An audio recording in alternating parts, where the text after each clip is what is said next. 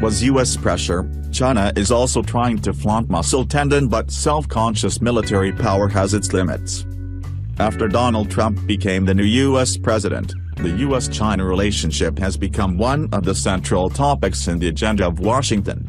The new U.S. administration has repeatedly made tough statements against China. January 23, the new U.S. government is committed to preventing the brazen actions by China in the South China Sea, the action that the Chinese state media said that Washington needs to wage war if you want to perform give. Speaking at a press conference, the first official White House spokesman Sean Spicer stated the United States would protect its interests and not to China takeover of the island in international waters. Earlier, speaking at a hearing in the U.S. Senate January 11, Foreign Minister of America nominated Rex Tillerson as saying that China will not be allowed to reach the island which it has built in the region's South China Sea dispute.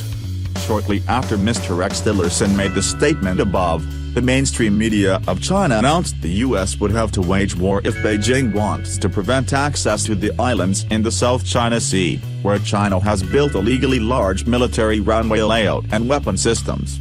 When asked whether he would support a tougher policy toward Beijing or not, Mr. Rex Tillerson stressed, "We must send a clear message to China that, first, they must stop building, and second, the island country has approached the building will not be allowed." Some advisors in the new administration in the U.S. Trump said the new president plans to strengthen large-scale naval in East Asia to deal with the rise of China on tendon. Meanwhile, French news agency quoted Western experts estimate China but weaker than the U.S. but have the means to cope. The problem is that if the conflict directly, the consequences will be extremely damaging. According to French media, the South China Sea is a sensitive area from the last 4 decades.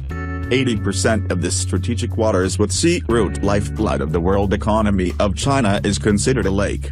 Chinese illegal construction, reinforcing the small islands into military bases, resorts to assert sovereignty is unfounded. If the United States under Barack Obama condemned China, the militarization of the South China Sea with Mr. Donald Trump, the U.S. took a step forward.